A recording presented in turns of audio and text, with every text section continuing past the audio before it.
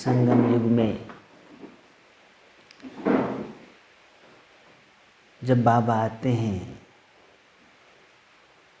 हम बच्चों को से मिलन बनाने, हमें पढ़ाई पढ़ाने, हमें आप समान लायक बनाने, तब तक हम आत्माएं इतनी कमज़ोर हो जाती है, इतनी पतित हो जाती है, इतना शक्तिहीन हो जाते हैं जो बाबा की वाणी को हम समझ नहीं पाते हैं। बाबा बहुत सरल ढंग से समझाते, फिर भी आत्मा में शक्ति न होने के कारण आत्मा समझ नहीं पाती है।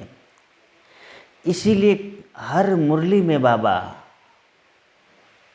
कहानियाँ, कहावतें, वाक्य वाक्यांश के माध्यम से बच्चों को समझाते हैं। और जब कहानियाँ, कहावतें, वाक्य वाक्यांश के माध्यम से जब समझाते हैं तब बच्चे सहज रीति से इस ज्ञान को समझ लेते हैं, क्योंकि कहानियाँ, कहावतें इस दुनिया की होती है। इसीलिए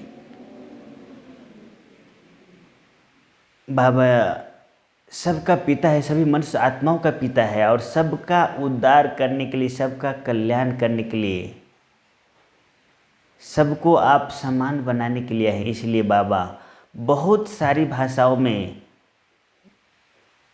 बहुत सारी भाषाएं जो है बाबा मुरली में भाषाओं के शब्द उच्चारण करते हैं, जैसे इंग्लिश, हिंदी, मराठी, गुजराती, पंजाबी, सिंधी, नेपाली, मैथिली, उड़िया, उर्दू आदि भाषाओं में बाबा आदि भाषाओं के शब्द सब उस मुरली के अंदर में उच्चारण, क्योंकि सबकी पिता है, सबका पिता है बाबा। इसीलिए तो इंग्लिश की कौन कौन सी बातें बाबा उच्चारण करते हैं?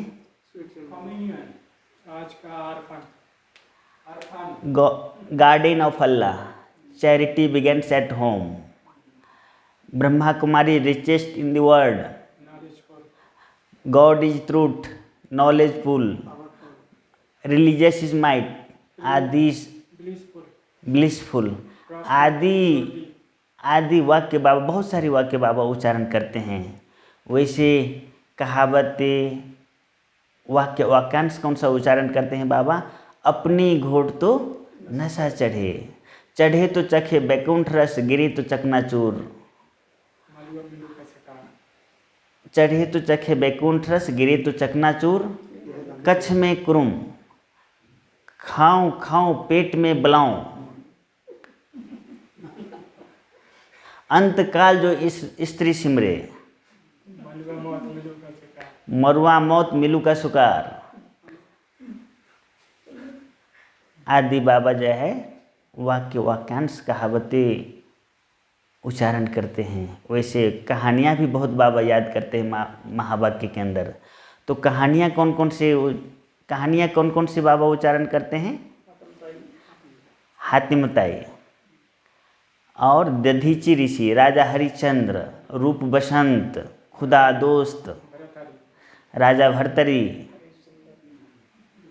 रानी की हार, गज की ग्राह, गुलबकावली, बहुत सारी कहानियाँ को बाबा याद करते हैं। सत्यनारायण की कथा, तीजरी की कथा, अलाउद्दीन की कथा, जिन की कहानी, कारून का खजाना। लेकिन आज जो टॉपिक पे चर्चा होगी वो टॉपिक है मुख में मुँह लड़ा। और ये बाबा ये शब्द निकाले हैं हातिम ताई की कहानी से। हमने जब देखा हातिम ताई की कहानी वाली बुक देखा तो बहुत मोटी बुक थी और उससे बाबा इतनी छोटी सी लाइन लिए हैं। तो इस हातिम ताई की कहानी और मुख में मुहलड़ा के विस्तार में जाने से पहले हम एक दो ऐसी कहानियाँ बाबा जो ये उच्चारण करते उसके बारे में हम थोड़ा सा सुनेंगे, 2-3 कहानियाँ। उसके बाद हम मुख में मुहलड़ा की तरफ जाएंगे। तो पहले हम लेते हैं दधीची ऋषि। दधीची ऋषि के लिए बताते हैं कि बहुत ही त्यागी, तपस्वी, महान ऋषि थे और सर्व का कल्याण चाहते थे दधीचि ऋषि। और उधर राक्षस का और देवताओं का बार बार युद्ध होता रहता था, और बार बार युद्ध होने के कारण देवताएं कई बार कमज़ोर हो जाते थे, निराश हो जाते थे, हारने की नौबत आ जाती थी।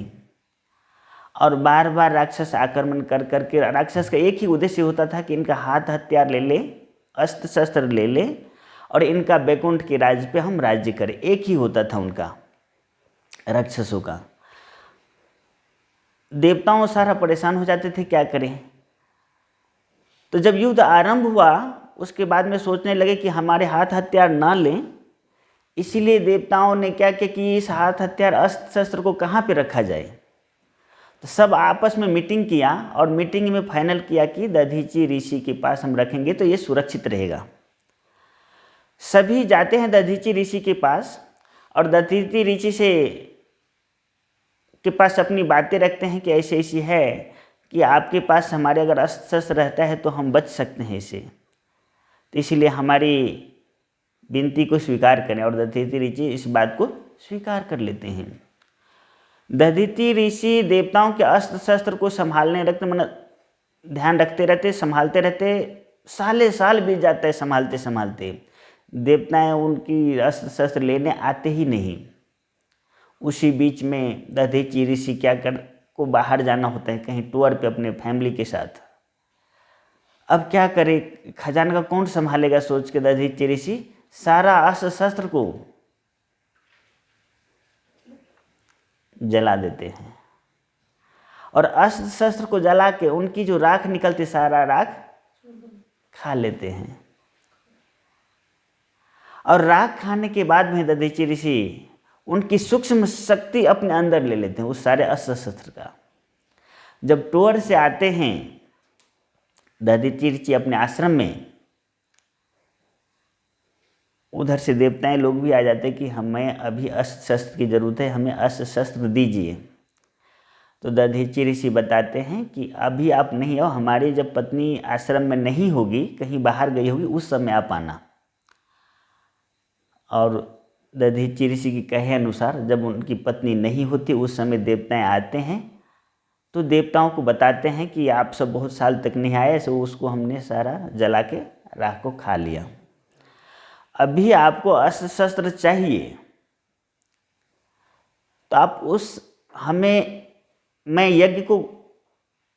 यज्ञ ज्वाला को शुरू करता हूँ योग बल से, उस यज्ञ ज्वाला में जल जाऊंगा, और यज्ञ ज्वाला में जलने के बाद में जो हमारे शरीर की हड्डियाँ निकलेगी, उस हड्डियाँ से आप सारे अस्त्र शस्त्र बना लेना, वो बहुत बलवान होगा। और ऐसे ही करते हैं। तो दधीचि ऋषि जी उसमें जल जाते हैं। उनकी जो हड्डियाँ हैं उनसे देवताएं लोग अस्त्र शस्त्र बनाते हैं, और बताते हैं कि उस अस्त्र शस्त्र से देवताओं की कभी हार नहीं होती है, ऐसे बताते हैं। तो बताते हैं कि देवताओं को रक्षा के लिए, सत्य मार्ग पर चलने वालों को बचाव के लिए, स्वर्ग लोक के लिए दधीचि ऋषि ने अपना हड्डियाँ सेवा में लगाया। ऐसे ही हम बच्चों को भी बाबा के कार्य में, बाबा की सेवा के लिए, बाबा के यज्ञ रक्षक बनने के लिए, बाबा के कार्य को पूरा करने के लिए, बाबा का नाम बाला करने के लिए, बाबा का नाम रोशन करने के लिए हमें क्या करना है, दधीचि ऋषि मिसल हड्डी सेवा में लगाना है। दूसरा हम लेते हैं खुदा दोस्त। बताते हैं खुदा दोस्त ये मुस्लिम है, ये शब्द और कहानी भी मुस्लिम ही है। अतः एक राज्य में जो वहाँ के बादशाह होते हैं उनका कोई बच्चा नहीं होता है, और उस राज्य के राजा का नियम होता है कि ट्रायल के लिए कि हमें बच्चा नहीं है तो हमें किसी को राजा बनाना है। तो ट्रायल के लिए जो व्यक्ति अपना नाम देवे उनको राजा 1 साल तक राजा बनाएगा, और 1 साल के बाद में राजा उसी राज्य के नदी के दूसरी पार भेजेगा, और वो घना जंगल होता है, और जंगल में भयानक जंगली जानवर वो व्यक्ति को खा लेते हैं। राजा बनना अर्थात 1 साल के बाद अपने मौत को आमंत्रण देना और मर जाना, ऐसा। उसी राज्य के अंदर में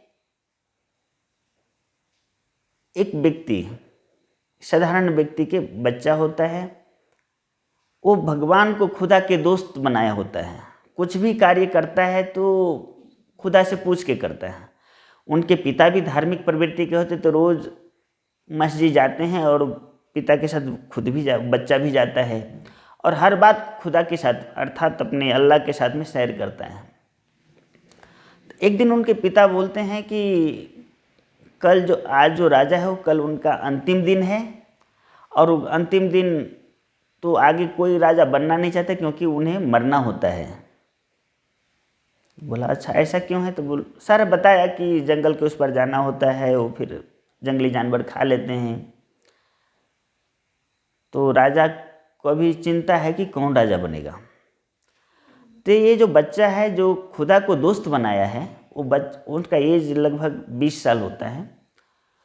तो खुदा से पूछता है कि मैं तो आपको खुदा का दोस्त बनाया हूँ, तो इन राजा का क्या होगा? ये तो कोई राजा बनना ही नहीं चाहता है, तो कल राजा कौन बनेगा? खुदा दोस्त बोलते हैं कि कल राजा तुम बनोगे।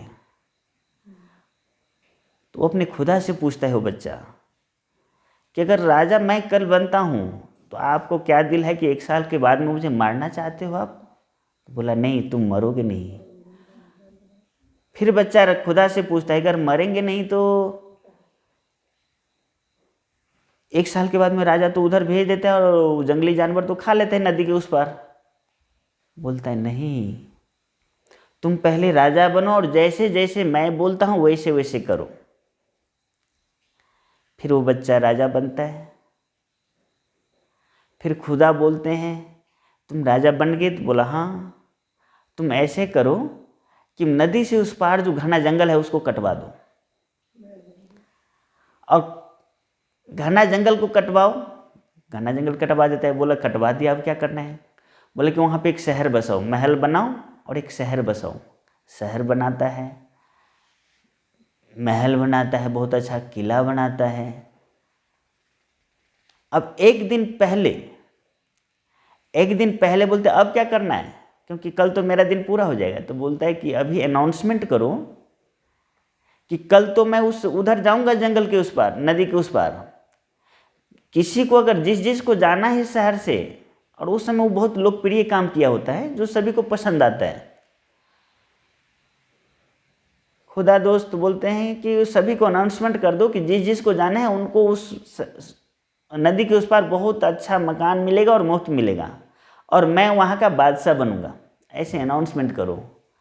और ऐसे अनाउंसमेंट करता है। राजा को पहुँचने से पहले बहुत अच्छी शहर बस जाती है और वो खुदा दोस्त बच्चा उधर जाके बादशाह बन जाता है। उनकी मृत्यु नहीं होती है।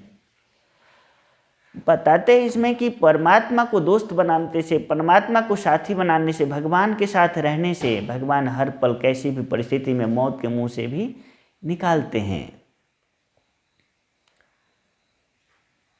वैसे तीसरी कहानी है जिन की कहानी।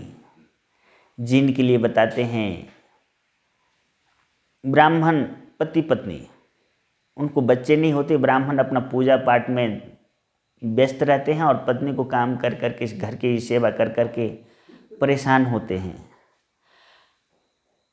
एक दिन अपने ब्राह्मण देवता से पूछते हैं उनकी धर्मपत्नी कि हम कब तक ये काम करते रहेंगे? आप इतना वेद शास्त्र पढ़ते रहते हैं, तो ऐसे कीजिए कि आप अपने वेद शास्त्र में देखिए कुछ उपाय कि कोई ऐसे व्यक्ति को हम अपने यज्ञ से निकालें जो हमें उनकी पेमेंट भी नहीं करनी पड़े और वो अपने आप काम भी करें। तो बोलते ठीक है, ढूंढता हूँ। फिर वो देखते हैं तो बोलते कि यज्ञ करने से निकलेगा। तो यज्ञ करता है, उससे निकलता है, वो जिन निकलता है। जिन निकलता है तो बोलता मैं आपका सारा काम कर दूंगा, एक भी पैसा नहीं लूँगा, कुछ भी नहीं, ईमानदारी से करूँगा। लेकिन एक शर्त मेरी है, अगर आप नहीं दोगे, मुझे काम भरपूर चाहिए, ड्यूटी भरपूर चाहिए। अगर ड्यूटी भरपूर नहीं दोगे तो आपको मैं खा जाऊंगा। तो बोलता नहीं मैं आपको कहाँ दूंगा, क्योंकि उनकी पत्नी तो बहुत तंग हो जाती काम कर करके।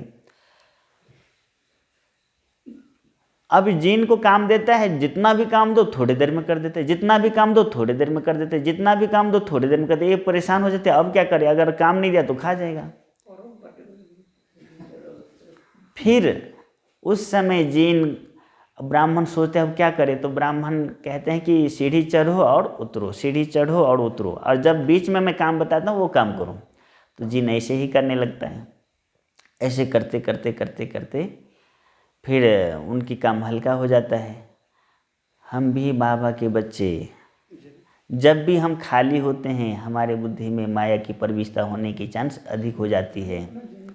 इसीलिए बाबा कहते हैं हर कर्म करते, चलते फिरते खाते उठते बैठते सेवा करते, अब जिन मिसल सीढ़ी चढ़ो उतरो, ऊपर जाओ नीचे आओ, ऊपर जाओ अर्थात परम धाम जाओ, सूक्ष्म बतन आओ, नीचे आओ, कर्म करो, बार बार करो, बार बार करो, बार बार करो, ताकि माया रूपी जीन आपको खा न सके। अभी हम अभी अपनी टॉपिक की तरफ आते हैं। कहानी तो और भी बहुत सारा है, टॉपिक तो बहुत सारा है। जैसे गज को ग्राह ने खाया, हातिम ताई की कहानी तो हो ही गया, रानी की हार, बहुत सारी है, बाद में कभी करेंगे उसका। अभी टॉपिक की तरफ आते हैं।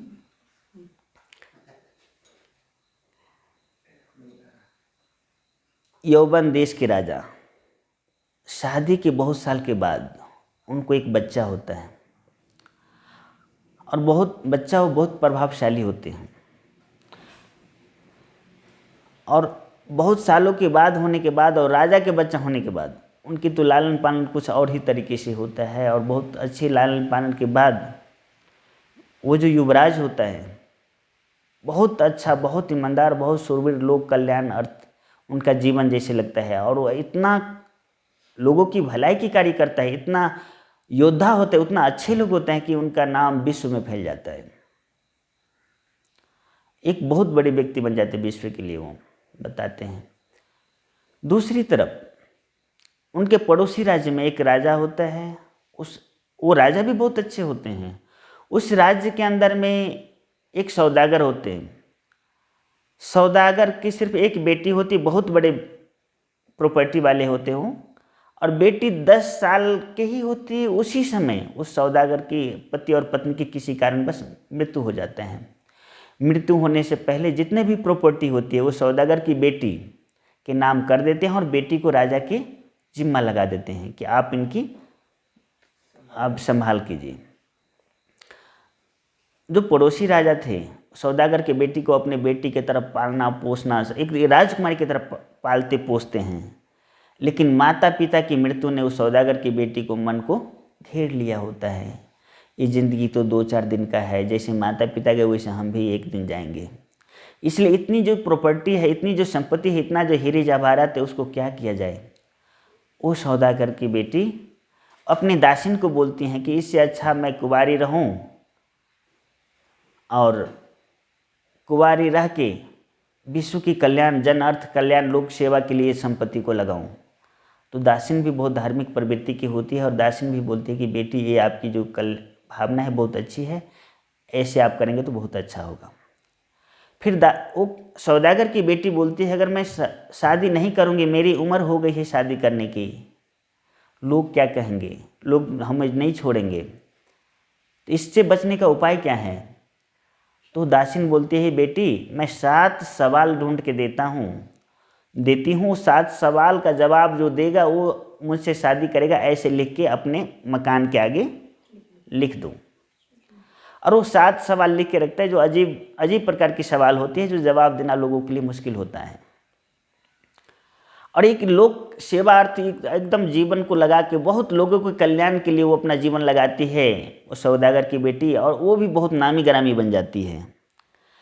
तीसरे राज्य के राजकुमार उस सौदागर की बेटी का जो बारे में सुनते हैं कि इतनी अच्छी है, इतनी इनका जीवन अच्छा है, इतने लोगों के लिए काम करते हैं, प्रतिभाशाली है, ऐसे सुन के वो तीसरे राज्य के राजकुमार इस पे मोहित हो जाती है सौदागर की बेटी पे, और उस राज्य से इस राज्य में आते हैं और वो सौदागर की बेटी को बोलते हैं कि मैं आपके बारे में बहुत सुना हूँ, बहुत अच्छा जानता हूँ, आप बहुत अच्छे हैं, इसलिए मैं आपसे शादी करना चाहता हूँ। वो जो कुमारी होती है सौदागर की बेटी बोलती है, ए नौजवान, तुम मेरे से शादी करना चाहते तो इस 7 सवाल का जवाब दे, उसके बाद में तुम शादी करना मेरे से। बोलते सवाल क्या है बताओ। बोला वहाँ पढ़ लें। पहला सवाल पढ़ता है वो नौजवान, पहला सवाल पढ़ता है नौजवान, उस समझ में कुछ भी नहीं आता है और वहाँ से चला जाता है। और वो सौदागर की बेटी के याद में बेचारा दर बदर भटकने लगता है, जंगल में पागल के जैसा घूमने लगता है। और उसी जंगल में हातिम ताई, जो यौवन राज्य के राजा जो पहले बताए थे, उनका नाम हातिम ताई रखे रहते हैं। वो हातिम ताई उसी जंगल में शिकार करने के लिए गए होते हैं। बाद में इसको देखता है नौजवानों को, युवराज को, तो ये देखने में तो अच्छे घर का लगता है, लेकिन कौन है क्या है पूछते हैं उनसे, तो सारी बातें बताता है। मैं फलाने राज्य का हूँ, मैं इधर ही सौदागर की बेटी से शादी करने आया था, इन्होंने एक सवाल पूछा, जो सवाल का जवाब मेरे से नहीं हुआ और 7 का जवाब देना था, 1 भी नहीं हुआ, इसीलिए मैं इधर भटक रहा हूँ और मैं उनसे शादी करना चाहता हूँ, उनके बगैर नहीं रह सकता, ऐसे बताते हैं। तो बोलता है कि चलो सवाल का जवाब मैं दूंगा, लेकिन शादी मैं तेरे को ही कराऊंगा, ऐसे बोल के हातिम ताई वो सौदागर की बेटी के पास जाते हैं। सौदागर की बेटी से बात करते हैं कि देखो 7 सवालों की जवाब मैं दूंगा, बाकी शादी आपको इनसे ही करनी होगी। तो सौदागर की बेटी मान जाते हैं कि भले जवाब कोई भी दे, शादी भले मैं कर लूँगा बोल के, ऐसे वो मान जाती हैं। अब ये हातिम ताई यौवन राज्य के राजा के राजकुमार उस सवाल का जवाब ढूंढे चलते हैं। कहानी बहुत बड़ी है, उसको हम शॉर्ट करते हैं क्योंकि हमें समय पे पूरा भी करना है। हातिम ताई उस सवाल को ढूंढने के लिए जाते हैं। ढूंढते ढूंढते ढूंढते ढूंढते ढूंढते ढूंढते रीछों की राज होता है एक, रीछ माना जंगली लोग समझ लीजिए, जंगली लोगों की राज होता है। उस राज में पहुंचते हैं और वहाँ पे जो जंगली लोग उनको पकड़ लेते हैं, पकड़ के अपने बादशाह के पास ले जाता है। बादशाह उनको बंदी बना लेते, बोलते तुमने किसकी हिम्मत से यहाँ पे आया, कौन है तुम, कहाँ से आया है, वो क्यों आया तुम, बगैर परमिशन लेके आना चाहिए, क्यों आया, कैसे आया। तो बोलते कि हमको कुछ पता नहीं था। सारी बताते कि हमें 7 सवालों का जवाब चाहिए, तो इस सवालों का जवाब ढूंढने के लिए मैं निकला हूँ। तो बोलता है कि इसका दंड में आपको मेरी बेटी के साथ शादी करनी होगी। रीछराज बोलते हैं, बोलते नहीं मैं लक्ष्य कुछ काम के लिए निकलूँ, काम हो तब मैं बाद में शादी के लिए सोचूं। बोलते अगर तुम नहीं शादी करोगे तो अपने एक गुफा के अंदर में बंद कर देते हैं और ऊपर से बहुत बड़े पत्थर से ढक देते हैं। बताते उस कहानी में गुफा के अंदर में 3 दिन तक रखता है उनको, बगैर खाए बगैर पिए, कुछ नहीं। फिर वो रीछ राज के जो बेटी होती है, वो बेटी उनके स्वप्न में आते हैं, बोलती हैं हे राजकुमार, ये हातिम ताई, अगर तुम अपने जीवन में कल्याण चाहते हो तो तुम मुझसे शादी कर लो, अन्यथा ये हमारे पिताजी तुम्हें बचने नहीं देंगे, ऐसे बताते हैं। फिर 3 दिन के बाद सोचते हैं मरने से तो अच्छा शादी करना ठीक है। फिर 3 दिन के बाद में रीछराज जो होते हैं वो अपने सैनिकों को भेज के उन दरबार में बुला के बोलते तुम्हारा दिमाग ठिकाने पे आया कि नहीं आया ये बताओ। फिर मजबूरी से रहता है उनके पास, और उनकी बेटी तो स्वप्न में आया रहता है। तो बोलते हैं नहीं चलिए आपकी आज्ञा का पालन होगी, मैं आपके बच्चे के साथ शादी करूँगा। फिर दोनों का शादी होता है, सालों साल बीत जाता है शादी, साथ में रहने लगते हैं, एकदम जीवन सरल हो जाता है। अचानक एक दिन याद आते है हातिम ताई को कि अरे हम तो कुछ करने निकले थे, हम तो कुछ और ही कर बैठे, अभी हम वहाँ का वो बात का क्या होगा जिनको हमने वचन दिया है, हमारी वचन तो अभी तो पूरी नहीं हुई। फिर सारी बातें अपनी पत्नी को बताते हैं। उनकी पत्नी बोलती है, पत्नी को बताती है कि आप मुझे छुट्टी दो और आप अपने पिताजी से छुट्टी दिलवाओ, फिर मैं आऊँगा ये सारा कार्य पूरा करके। फिर उनकी पत्नी मान जाती है। पत्नी उनके रीछराज से बात करती है, रीछराज वो बोलती बच्चे अगर तुम छुट्टी देते हो तो मुझे कोई हर्जा नहीं, और उनको हातिम ताई को छुट्टी मिल जाता है और हातिम ताई वहाँ से निकलता है और जंगल जंगल जाता है तो एक नाग सांप, बहुत बड़ी अजगर सांप उनको हप कर लेता है हातिम ताई को। हातिम ताई को जो हप कर लेता है, लेकिन होता क्या है कि वो 3 दिन तक अजगर सांप, जहरीला सांप उनको हप करने के बाद में भी हातिम ताई को कुछ नहीं बिगाड़ पाता है। और 3 दिन के बाद वो सांप उनको उल्टी कर देता है। क्यों कुछ नहीं बिगाड़ पाया? कि उन जाते समय उनकी पत्नी ने उनको एक मुहलड़ा दिया था, वो मुहलड़ा उनके साथ में था और उस मुहलड़ा के कारण से वो बच गया, कोई नुकसान नहीं हो, कुछ नहीं हुआ। लेकिन वो जो सांप का लार था उनके बॉडी में लगा हुआ था, तो सोचते हैं अगर कहीं तालाब मिले तो मैं वहाँ जाके स्नान कर लूँ। और तालाब को ढूंढने जाते हैं तो बहुत अच्छा, बहुत सुंदर, बहुत अच्छा स्वच्छ पानी मिलता है तालाब में। और वहाँ जाता है, नदी जैसे जाता है तो उसमें आधी नाड़ी और आधा मछली, बहुत सुंदर, जो वो कभी ज़िंदगी में नहीं देखा था, वो दिखता है। और बोलता है आओ आओ स्नान कर लो, बोल के बुलाता है उसको। हातिम ताई उसमें स्नान करने जाता है। जैसे डुबकी लगाता है, वो जो आधी नाड़ी और आधी जो मछली है तो उसको खींच के ले जाता है अंदर ही अंदर। खींच के ले जाते एक बहुत अच्छा बगीचा, जिसके बीच में बहुत अच्छा महल है, वहाँ ले जाता है। और वहाँ ले जाता है और बहुत सारी परियाँ आ जाती हैं वहाँ पे। और हातिम ताई एकदम निश्चिंत होकर वहाँ रहता है। उस समय हातिम ताई को थोड़ा संकल्प खराब आता है और सोचता है इसको टच करूं। जैसे टच करने जाते हैं, लात मारते जोर से, हातिम ताई बेहोश हो जाता है। और बेहोश होने के बाद जब उनको होश आता है तो घना जंगल में अपने आप को पाते हैं। ना उन परियां दिखती है, ना महल दिखता है, ना बगीचा दिखता है। और उस समय भी वो बच जाते हैं हातिम ताई, क्योंकि उनके साथ में उनकी पत्नी के दिया मुहलड़ा रहता है। उसके आगे और जाता है, दूसरे राज्य में जाता है। और दूसरे राज्य में जाता है तो उनको पता चलता है कि दूसरे राज्य में आ गए। लेकिन उस राजा की जो पत्नी होती है, वो पत्नी की आँख में बीमारी होती है, आँख का दर्द रहता है और आँख से दिखता नहीं है, जो सालों साल से है। कई सारे वैद्य उपचार कर करके थक जाते हैं, जिनकी इलाज नहीं होती है। हातिम ताई उसके पत्नी के उस मुहलड़ा को घिस के आँख के ऊपर लगा देते हैं और थोड़ी देर के बाद में उनकी पत्नी, राजा की पत्नी, ठीक हो जाती हैं।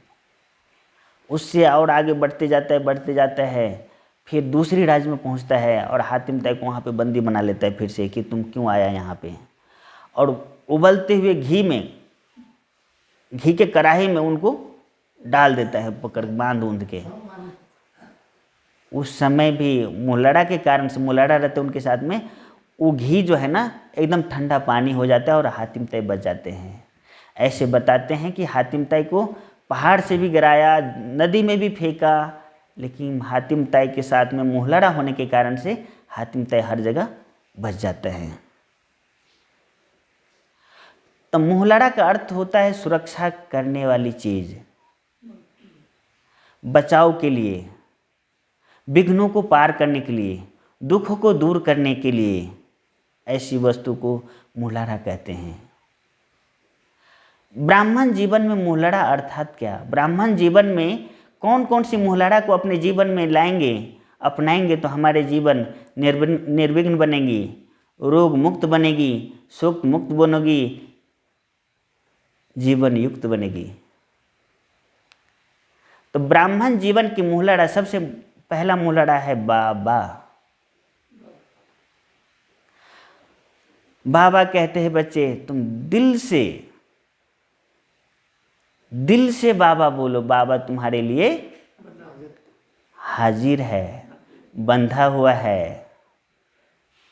बाबा एक सेकंड भी ना बिताए हुए बाबा तुम्हारे पास मदद करने के लिए आ जाएगा। जब तक दिल से बाबा नहीं कहेंगे तब तक बाबा नहीं आएंगे। बाबा मुरली में सुदामा को भी याद करते हैं। कृष्ण जी कहते हैं सुदामा एक बार मेरे लिए कदम उठावे, मैं 100 बार कदम उठाऊंगा। इसलिए पहले दिल से बाबा हमें कहना होगा। पहला शब्द कौन सा है? पहला मुहलड़ा कौन सा है? बाबा। दूसरा मुहलड़ा है बाबा की याद। अगर हम निरंतर बाबा की याद में रहते हैं, बाबा की याद में सेवा करते हैं, बाबा की याद में ब्रह्मा भोजन करते हैं, बाबा की याद में सोते हैं, बाबा की याद में चलते हैं, बाबा की याद में किसी के साथ बात करते हैं, बीच में माया रूपी अजगर नहीं आएगी। बीच में तालाब में वो पड़ी वो सुंदरी और मछली नहीं खींचेगा। खौलता हुआ घी में हम नहीं जल पाएंगे। अगर हम बाबा की याद में रहेंगे तो। तीसरा कौन सा है,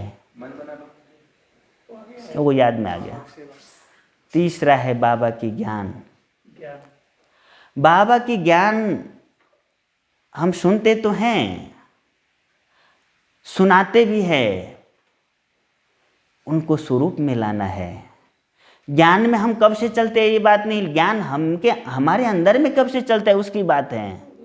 रग रग में, हर रग रग में, अंग अंग, रोम रोम, टिशु टिशु, तंतु तंतु, सब जगह बाबा की ज्ञान समाया हुआ हो।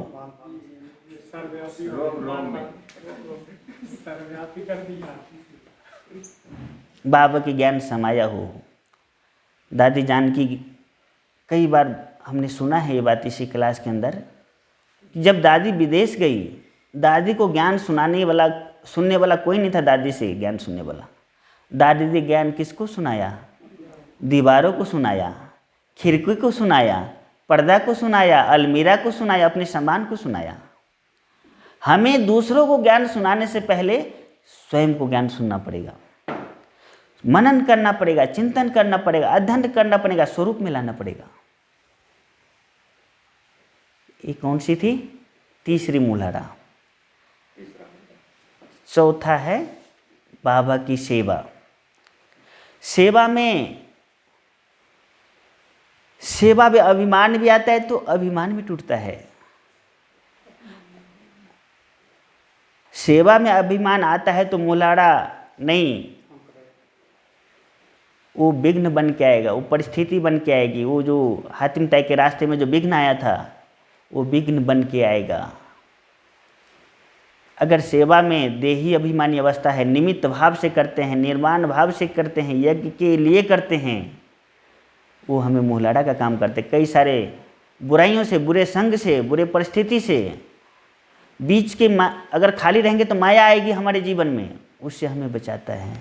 तो कभी भी हमें निमित्त भाव से, निर्माण भाव से, निर्मल चित्त से सेवा करनी है। यज्ञ रक्षक बन के सेवा करना है, सेवा भाव से सेवा करना है। ये थी चौथी मूलाधारा। पांचवी मूलाधारा है बाबा की श्रीमत। ब्राह्मण जीवन में ब्राह्मण बन जाते हैं, बहुत उमंग, बहुत उत्साह, बहुत जोश, धीरे धीरे ठंडे हो जाते हैं। श्रीमत की बाबा के आज्ञा को पालन नहीं करते हैं। बोलते हैं कौन आज तक संपूर्ण बन गया, उनका नाम दिखाओ मेरे को।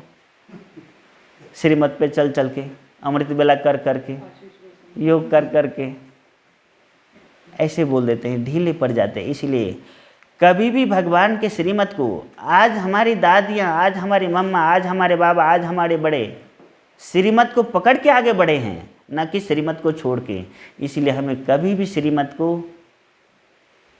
हल्के रूप से नहीं लेना है, श्रीमत को छोड़ना नहीं है। श्रीमत के कदम पे कदम रख के ही हमें आगे बढ़ना है, तभी ये जीवन में सहज, सरल और आगे हम दिनों दिन आगे बढ़ सकते हैं। श्रीमती को पकड़ लेते हैं,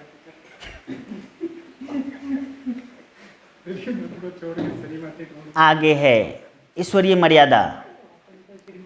ईश्वरीय मर्यादाओं पे हमें चलना है,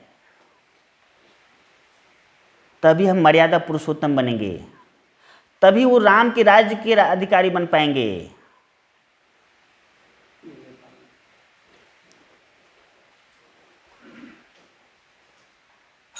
ये थी छठी।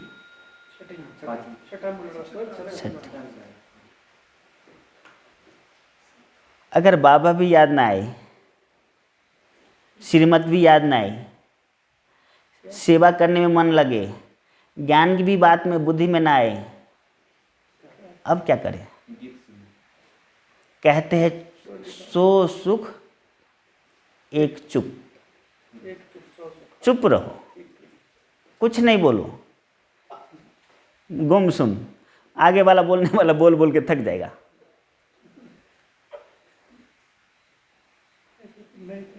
इसीलिए चुप रहने का मुंह लड़ा साथ रखना है। अगर हम चुप रह भी नहीं पा रहे हैं, ज्ञान भी, योग भी, धारणा कुछ, श्रीमत कुछ भी नहीं पटरी पे चल रही, तो आगे क्या करेंगे? स्थान बदल दो थोड़ी देर के लिए,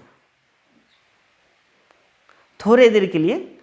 वातावरण एकदम झगड़ा है, लड़ाई है, बिगड़ रहा है, संबंध बहुत दिनों के लिए बिगड़ जाएगा, परिस्थिति गंभीर हो जाएगी, दूसरे के लिए नुकसान हो जाएगा, चाहे अपने लिए नुकसान होगा, यज्ञ की नुकसान हो जाएगी, बदनाम हो जाएगी। थोड़े देर के लिए किनारा हो जाओ।